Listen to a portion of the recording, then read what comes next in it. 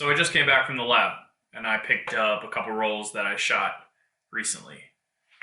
Two of them are some 120 film, and one of which is a roll of Lomochrome Metropolis. I haven't even opened the box and looked at the negatives yet, but I'm excited to see how this film came out.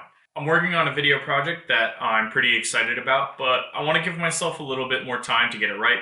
So in the meantime, I wanted to do a little bit of an initial impressions video. So I'm going to get this box open and take a look at the negatives.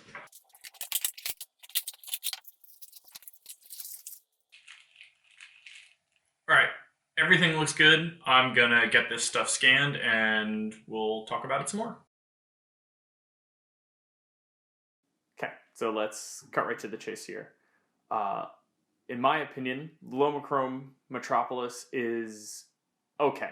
To be perfectly honest, I really wanted to like this film a lot, but I just found the results kind of underwhelming. It's somewhere in the realm of what you would expect from an expired film, but with a much more uniform and reliable result. For the uninitiated, Lomography bills this film as variable ISO, so you can shoot it between 100 and 400 speeds.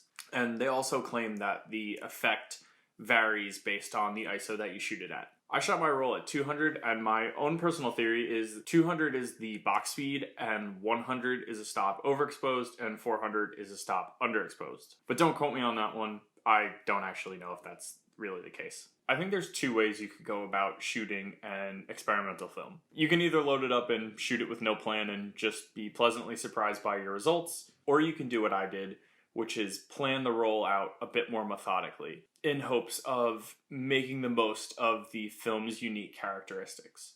Where I live, the winter is very drab. It's very brown and very gray. It's pretty unpleasant, and shooting color film doesn't usually yield any worthwhile results. So my initial thought was that Metropolis would be a good alternative to black and white film, something that can introduce a little bit of color, but could also take advantage of the lack of any sort of pleasing natural color palette in my environment in its current state.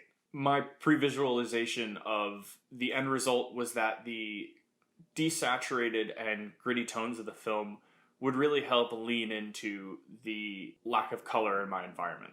And it definitely does just that. It's just that it doesn't make that lack of pleasing color palette any better.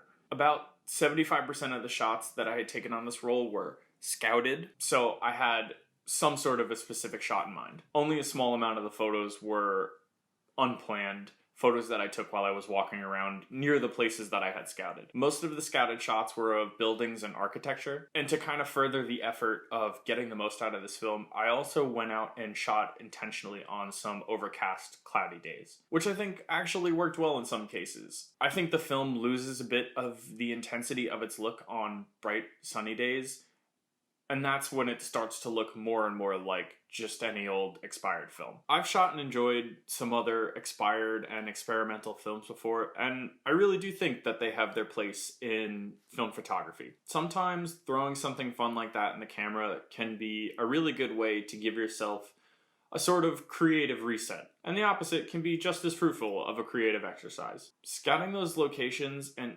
actively visualizing those shots was a really good creative exercise to go through with, even if I really didn't love the results. Experimental films also have this really interesting way of freeing you with their limitations. In the case of Metropolis, I didn't have to think about colors at all. It was one less mental box I had to check when I was out shooting and trying to capture good photographs. So, will I shoot Metropolis again? Maybe. I'm thinking that I'm gonna have to wait and see if the look kind of grows on me in the future. But it is an interesting alternative in the environment that I'm presented with during the winter. Should you shoot Metropolis? Why not? Despite my initial thoughts on one roll of this one film, I'm all for what the people at Lomography are doing. Their 800 and 400 speed films are really, really great. And if producing stuff like Metropolis is gonna help keep film alive, then I'm all for it. And if you have shot it and had success with it, let me know. I'm open to more suggestions on how to make the most of it. I have some of Lomography's Lomochrome Purple on deck that I'm really excited to shoot. I've been sitting on it for way too long, so that might be my next iteration of my initial impression series. But that's about it for this one. Thanks for watching. I'll see you next time.